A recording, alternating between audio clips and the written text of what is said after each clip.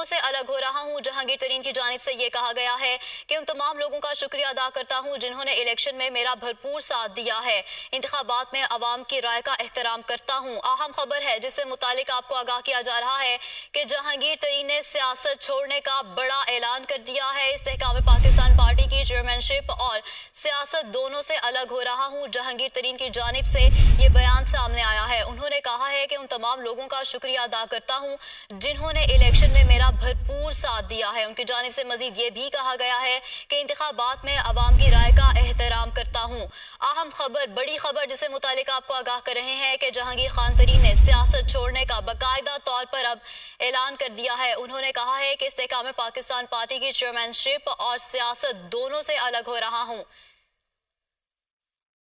इसी पर बात करने के लिए हमारे साथ मौजूद हैं यासिर मलिक। यासिर, बताइए इस बारे।